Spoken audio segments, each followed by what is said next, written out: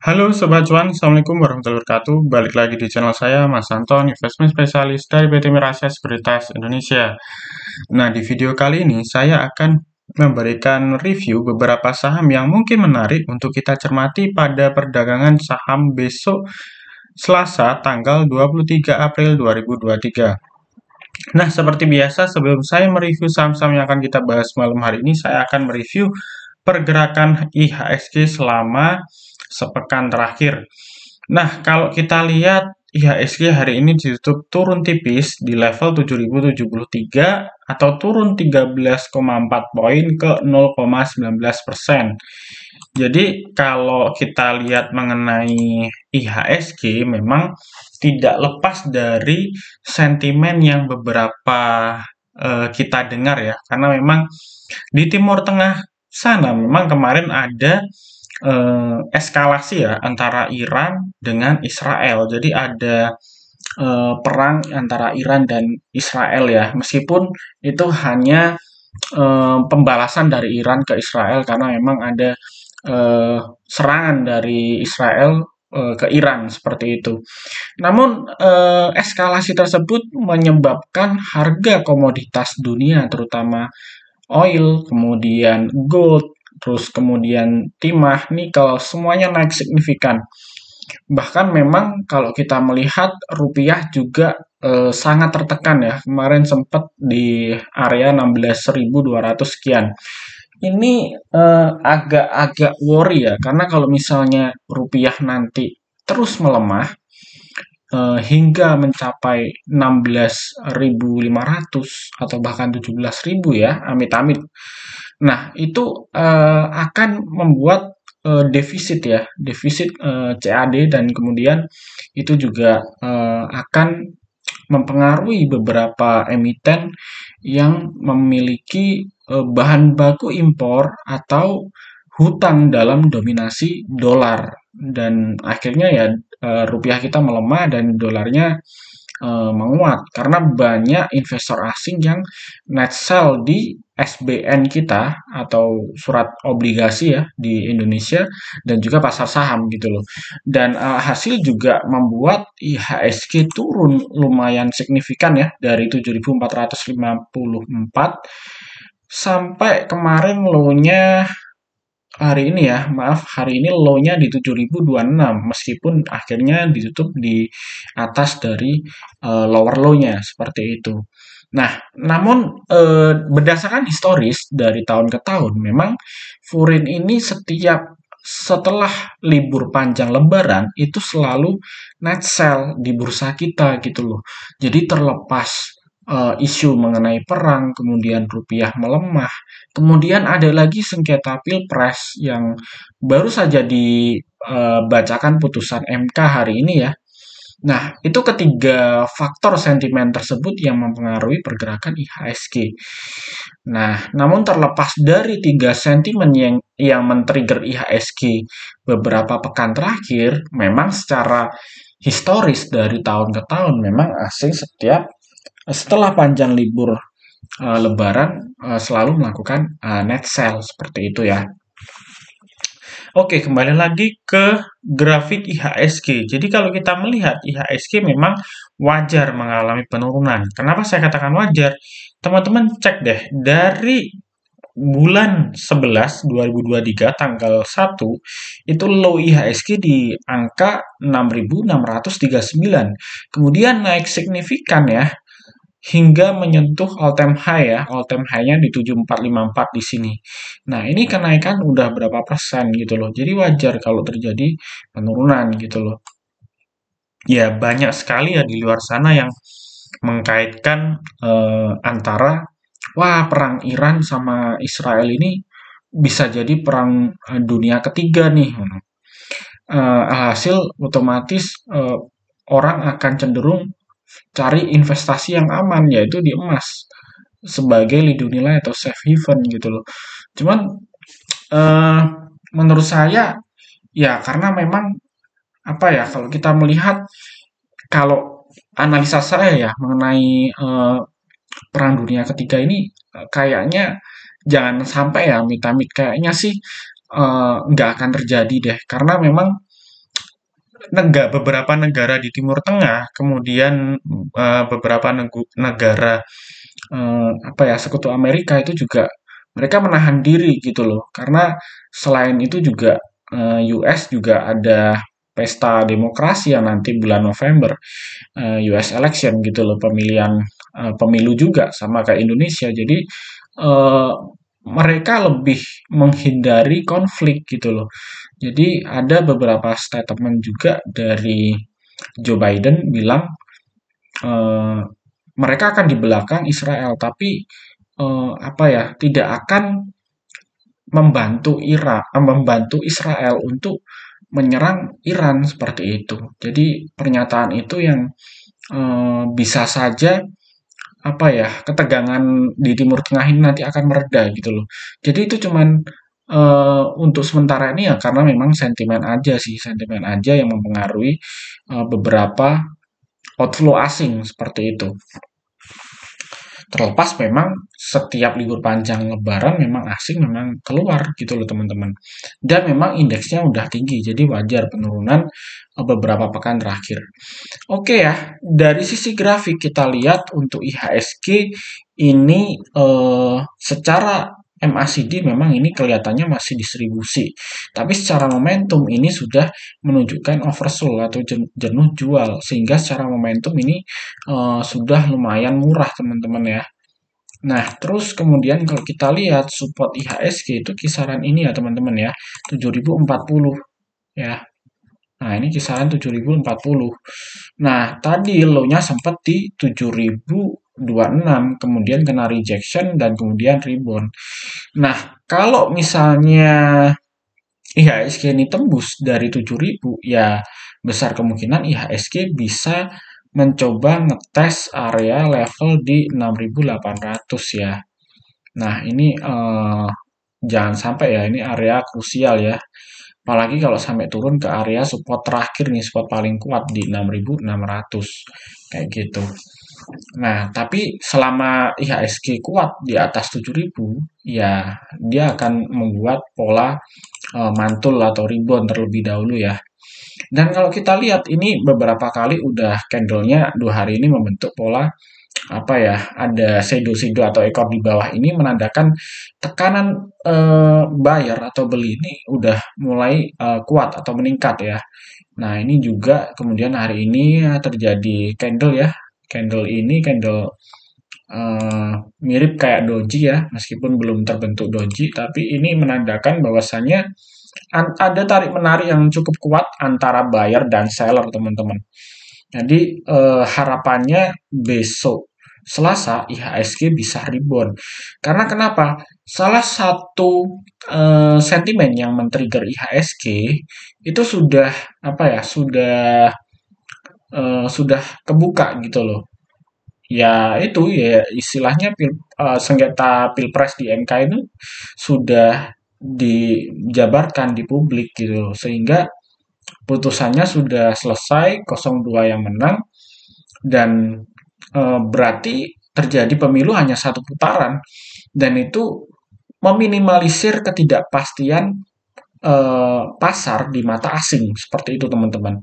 Nah itu reason yang menurut saya cukup mendasar harusnya IHSG dalam waktu dekat ini harusnya bisa rebound kayak gitu. Nah oke ya itu mengenai IHSG dan sentimen-sentimen yang men-trigger IHSG. Oke kita langsung aja membahas saham-saham yang lumayan menarik untuk kita cermati pada perdagangan besok Selasa tanggal 23 April. Nah, ini sebagian yang saya watchlist ini sudah saya screening dari Stockgener teman-teman ya. Nah, cara screeningnya bagaimana? Nah, saya screening dari saham-saham yang dari sisi turnover, kemudian frekuensi, kemudian volume, kemudian value transaksi itu lumayan aktif. Nah, terutama value transaksi yang di atas 10M dan kemudian rata-rata kenaikan 2% ke atas dan kemudian dari sisi volume mengalami kenaikan kira-kira di atas 100% dari volume sebelumnya dan kemudian dari sisi teknikal itu lumayan bisa kita perhatikan karena sudah lumayan murah.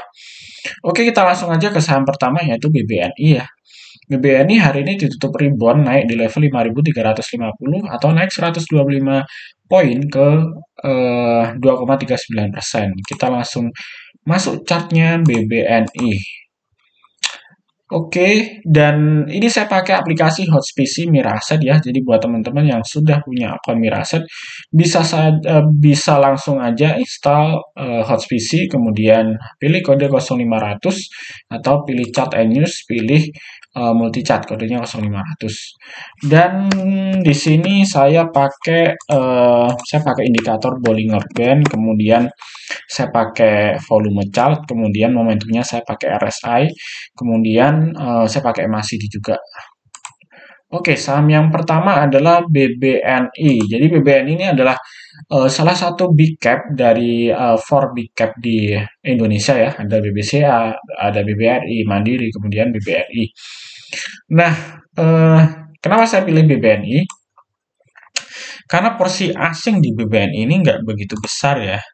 Kalau kita lihat asing di sini memang kemarin sempat terjadi net sell ya. Jadi di sini terlihat sekali mulai tanggal 1 April ini ada net sell ya 156 miliar, 260 miliar, 130, 350 miliar.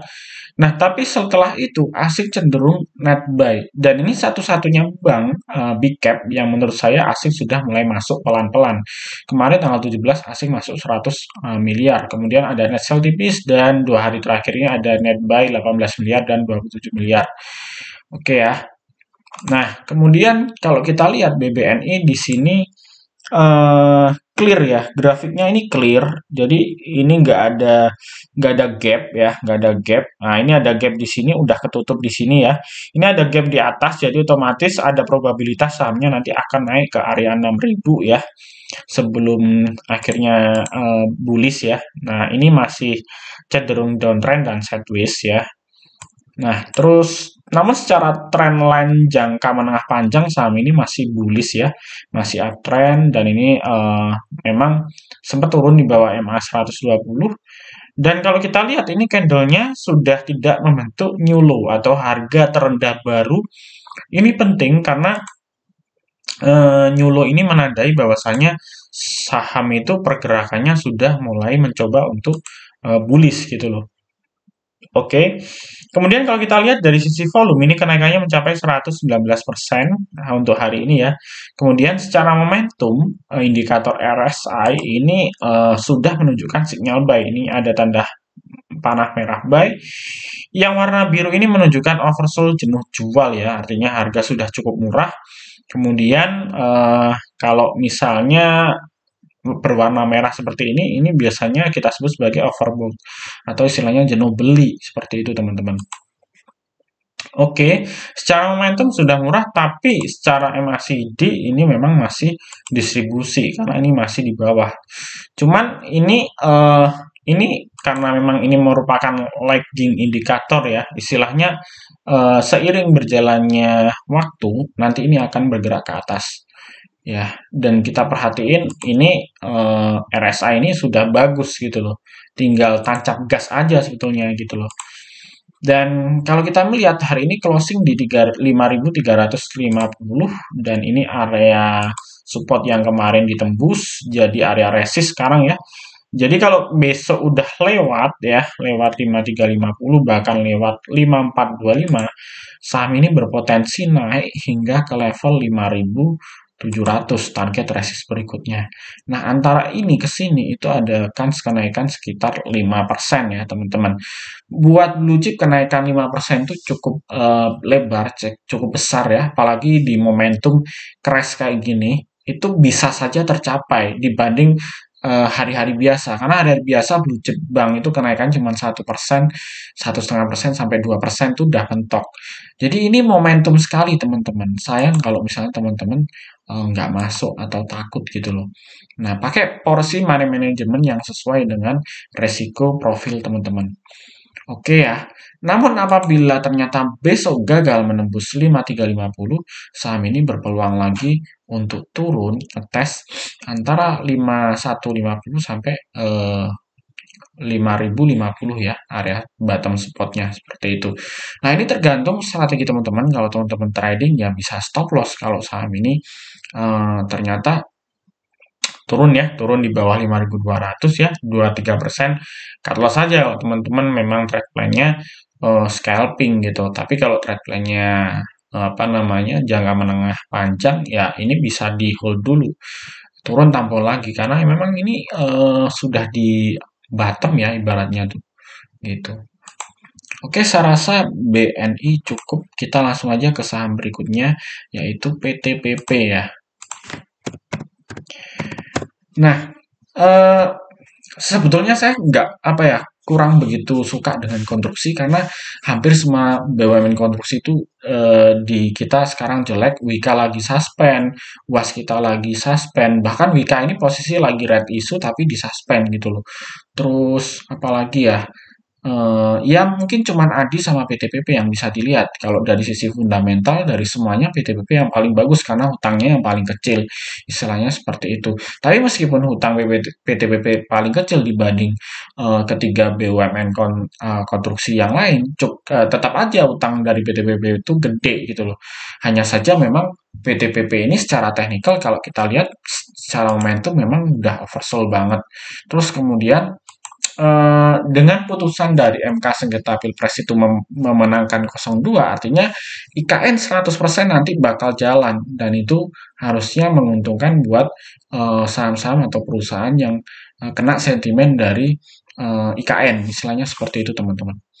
Oke, hari ini PTPP naik 6% dan ini posisinya lagi di support ya, ini di support terus mantul ya, mantul kemudian ada target posisinya harusnya dia bisa naik sampai 468 468 ya sampai 480. Ini targetnya di middle Bollinger Band atau MA20. Jadi potensi kenaikannya sekitar 5 sampai 6%. Nah, apabila sahamnya turun di bawah 410 sebaiknya teman-teman stop loss dulu ya karena bisa saja saham ini turun lagi di level 394 karena sahamnya ini masih downtrend parah istilahnya seperti itu. Oke, saya rasa PTBP cukup, kita langsung aja ke saham berikutnya yaitu Telkom. Oke ya, mungkin banyak teman-teman di sini yang apa ya agak worry sekali dengan Telkom istilahnya gitu. Kenapa Telkom kok turunnya kok apa drastis gitu loh? Karena memang porsi asing di Telkom ini cukup besar. Nah,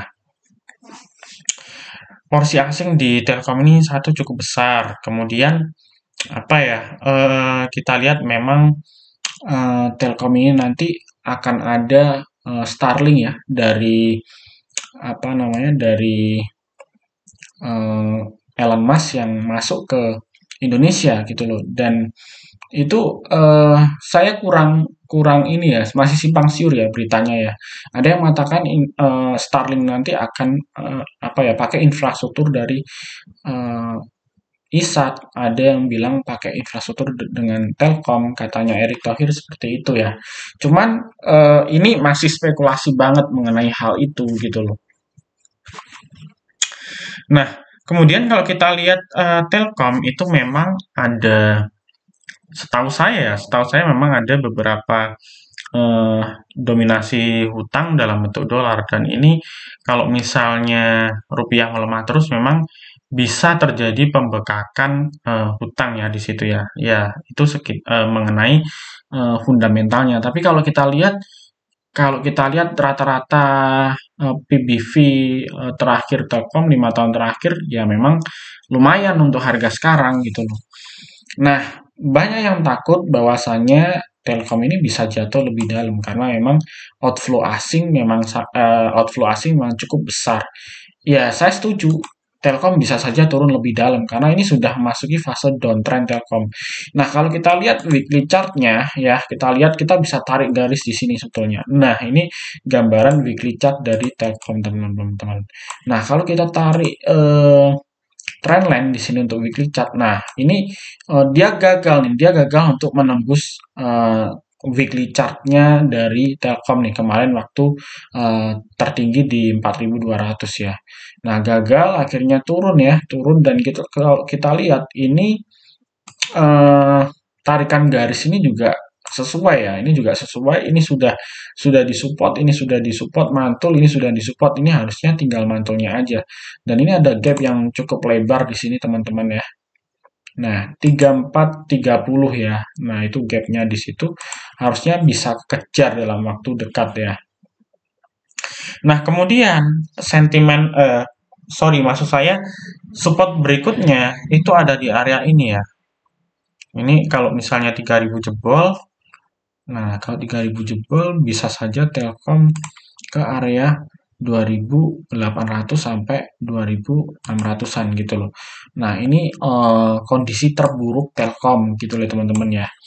Nah, kalau misalnya Telkom terjadi penurunan di bawah 3000 dan menuju 2600, ya saya katakan harga Telkom saat ini itu sama dengan harga Telkom 4 tahun lalu waktu Covid. Dia sempat low di 2450 gitu loh.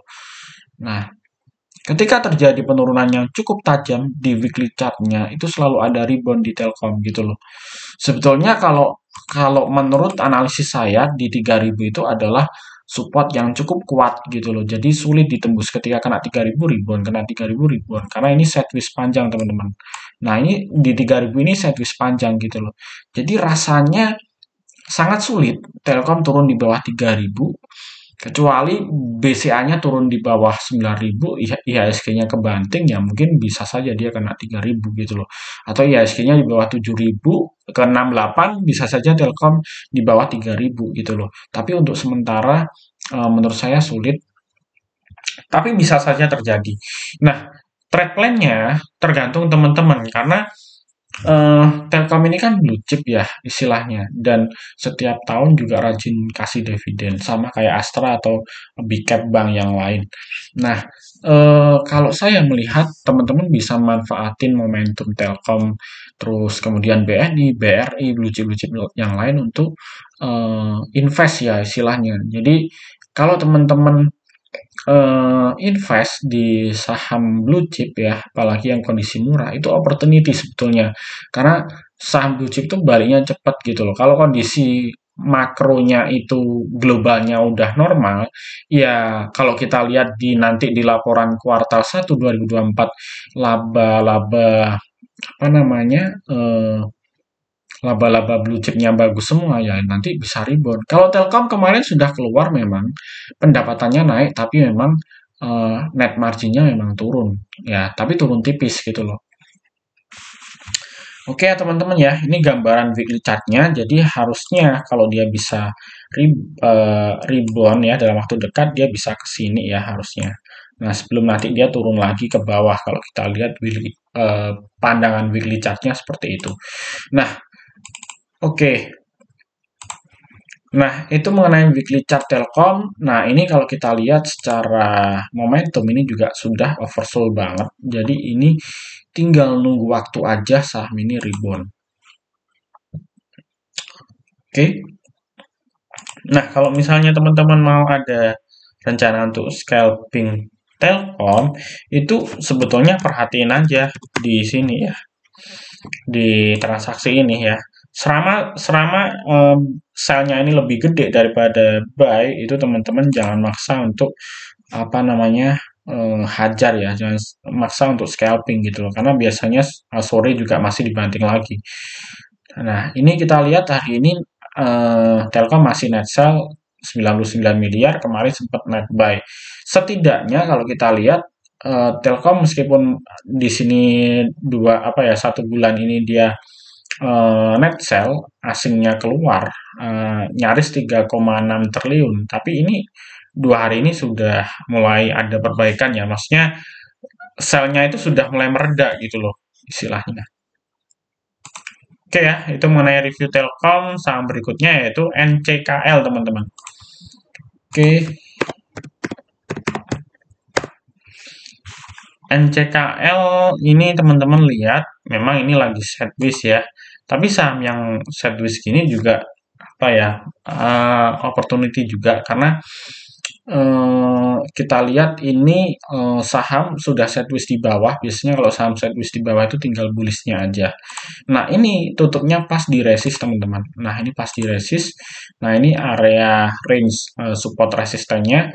Dan kalau misalnya besok dia langsung lompat ya, lompat diikuti transaksi atau volume value transaksi yang cukup gede ya, harusnya dia bisa naik sampai area 1000 ya, area 1000 sampai 1050. Ini target areanya di sini ya. Nah, target areanya di sini. Nah, namun apabila ternyata besok gagal, ya kemungkinan saham ini balik lagi ke area 900 ya. Pertama ya 930, 910 sampai low-nya di sini area 865. Ya, teman-teman bisa batasi risiko lah sesuai dengan profil risiko teman-teman semuanya. Oke, saya rasa NCKL cukup. Kita langsung aja ke Aces ya. Aces ya. Aces ini sering loh saya spill di YouTube saya ya. Bahkan saya info di teman-teman tuh dari harga 600-an, dari 700-an untuk disimpan jangka panjang gitu loh. Nah, Aces ini menarik ya. Aces ini menarik. Hari ini technical rebound. Kemudian kita lihat memang secara MACD ini masih sideways, tapi sudah kelihatan mau nekuk ke atas. Kemudian kalau kita lihat weekly chartnya ini masih bullish teman-teman ya. Ini masih bullish. Kita lihat Bollinger Band-nya bergerak ke atas, uppernya ya. Upper Bollinger Band masih bergerak ke atas. Dan kita lihat targetnya berada di area 1000 ya. Nah, ini resist. Oh sorry, ternyata 960 ini adalah dulu bekas support ya, sekarang jadi resist. Dan targetnya adalah di 1200. Jika 1000 bisa ketembus, dan tentunya harus 960 harus ketembus terlebih dahulu teman-teman. Itu ya. Oke, saham berikutnya yaitu BBRI. BBRI. Nah, BBRI ini porsi asing cukup besar karena kalau kita tahu market cap BBRI ini cukup gede ya di bursa. Nah, kalau kita lihat market cap BBRI di sini porsinya 6,81% ya, di bawah Brand 8,74, atasnya BCA 9,78. Jadi kalau misalnya asing terjadi outflow di Brand, ya lumayan gede pengaruhnya ke IHSG. Nah, di sini kalau kita lihat sahamnya terlihat technical rebound hari ini, tapi asingnya masih net sell 451 miliar.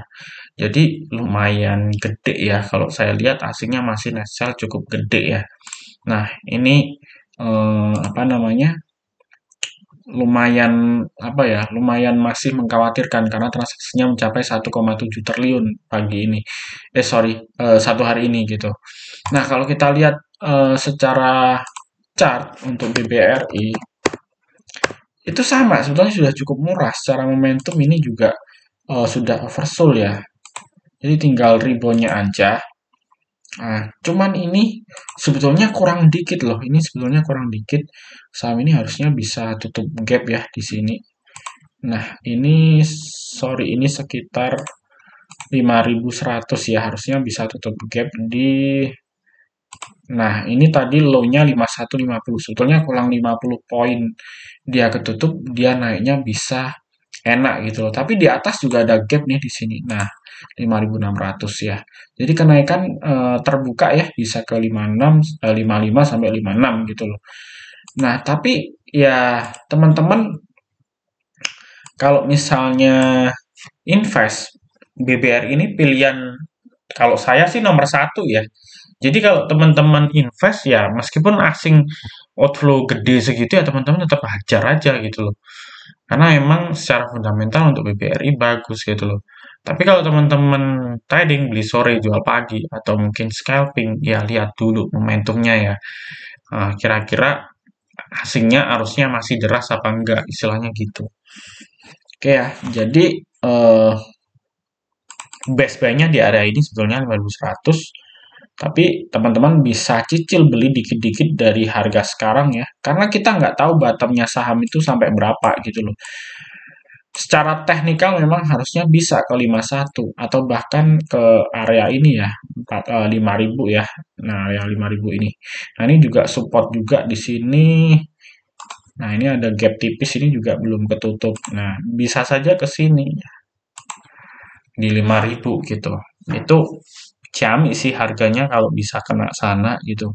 Tapi kalau misalnya dia rebound duluan, kalau kita nggak punya barang kan sayang gitu loh. Jadi teman-teman tetap ibaratnya taruh porsi paling nggak 20% dulu lah. 20% sampai 30% dulu dari modal yang dialokasikan untuk BBRI. Nanti kalau dia udah bagus posisinya, ya teman-teman bisa tambah lagi istilahnya gitu. Oke, serasa cukup ya.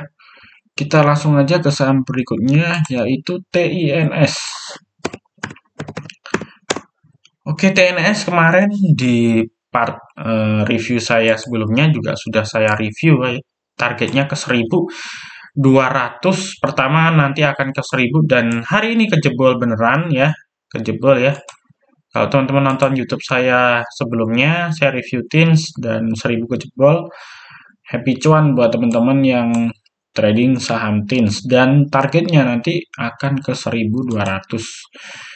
Ya, mungkin bisa saja untuk target paling risknya itu di 1.300 ya. Karena ini resisten paling tinggi di Januari tanggal 27. Tapi saya moderat aja, bisa ke 1.200 sudah bagus. Tapi saham ini teman-teman, kalau kita lihat polanya sehari naik, kemudian sehari turun, sehari naik, sehari turun, sehari naik, sehari turun. Ya predik saya sih harusnya besok turun dulu ya sebelum naik ke atas lagi gitu loh.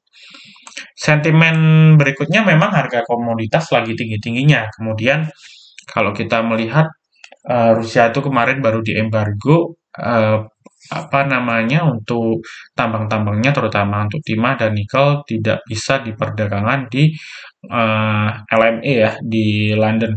Dan itu mempengaruhi dari supply dan demand komoditas terutama logam-logam seperti nikel dan timah di dunia dan akibatnya membuat harga timah naik signifikan beberapa minggu terakhir gitu loh.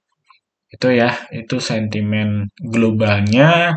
Sentimen dalam negerinya menurut saya karena memang timah ini susah bersaing di harga pasar ya karena memang banyak penambangan ilegal dari timah, kemudian harga yang susah bersaing dan ya dengan kemarin sudah ditangkapnya apa ya bocoran dari timah tersebut eh, yang merugikan negara 271 triliun. Harapannya ke depan timah kinerjanya bisa lebih bagus dan bisa bersaing, istilahnya kayak gitu. Nah, itu yang membuat eh, saham timah ini mulai dilirik dan digoreng. Sentimen yang lain, eh, timah ini salah satu bahan baku untuk AI ya. Kabarnya nanti akan dibangun apa namanya pabrik yang berkonsentrasi AI itu di Indonesia ya. Nah, kemarin masih rumor, katanya ada yang mau dibangun di Solo dan lain sebagainya gitu loh. Nah, kalau misalnya nanti eh, 2024 akhir sampai tahun depan ini eh, sentimen dari AI ini masih kuat, masih kental ya harusnya saham-saham perusahaan-perusahaan yang terkena impact dari sentimen tersebut harusnya juga ikut naik. Istilahnya seperti itu. Oke ya teman-teman ya, saya rasa timah cukup. Berikutnya kita ke Sido, saham terakhir yaitu Sido ya teman-teman ya. Oke. Jadi Sido ini kalau kita lihat secara trendline ini udah break ya. Udah break banget ya. Ini kelihatan sekali ya Sido. Nah, ini udah break out dari down channelnya dan ini bullish ya. Akhirnya balik arah jadi bullish. Kalau kita lihat ya, kalau kita lihat secara daily chart ini sudah mendekati oversold ya. Sorry, overbought untuk momentumnya. Namun masih ada kans kemungkinan untuk naik ya. Nah, kemungkinan saham ini bisa bergerak ke area ini ya. Ini area resist berikutnya 770 ya teman-teman ya. Nah, ini sampai 715. Nah, 715 ini memang resist terdekat ya. Oke. Nah, saham ini saran saya memang cocoknya untuk swing aja ya. Scalping bisa ya, karena 1 tick 2 tick itu juga 1% lebih, tapi lebih cocok untuk swing sih, karena kalau kita lihat weekly chartnya itu dia sudah bullish, kelihatan MACD-nya bergerak ke atas, kemudian ini juga bergerak di atas MA5 dan kena upper Bollinger atas. Kemudian kalau kita tarik trendline untuk weekly chartnya itu juga sama ya, ini juga sama, ini sudah breakout ya untuk weekly chartnya. Kemudian untuk monthly chartnya ini MACD-nya mau golden cross-nya di sini. Jadi ini bisa saja nanti ketika golden cross ini monthly chart-nya akan strong bullish, istilahnya seperti itu teman-teman. Oke, saya rasa sudah semuanya ya, kita review ada BBNI, PTPP, Telkom, NCKL, Aces, BBRI, TINS, kemudian SIDO. Dan sekali lagi yang saya review malam hari ini sifatnya disclaimer ya teman-teman ya, tidak ada ajakan untuk membeli maupun menjual. Semuanya hanya semata-mata sebagai bahan edukasi teman-teman untuk technical analysis. Apabila teman-teman suka dengan videonya, mohon untuk like, comment, subscribe, dan share. Dan apabila teman-teman belum memiliki akun di Mirasa Sekuritas, silahkan bisa japri di WA saya di 085735144144. Akan ada banyak benefit seperti grup, live trading, bimbingan, konsultasi, dan lain sebagainya. Oke, mungkin itu dulu dari saya. Sampai jumpa di video berikutnya.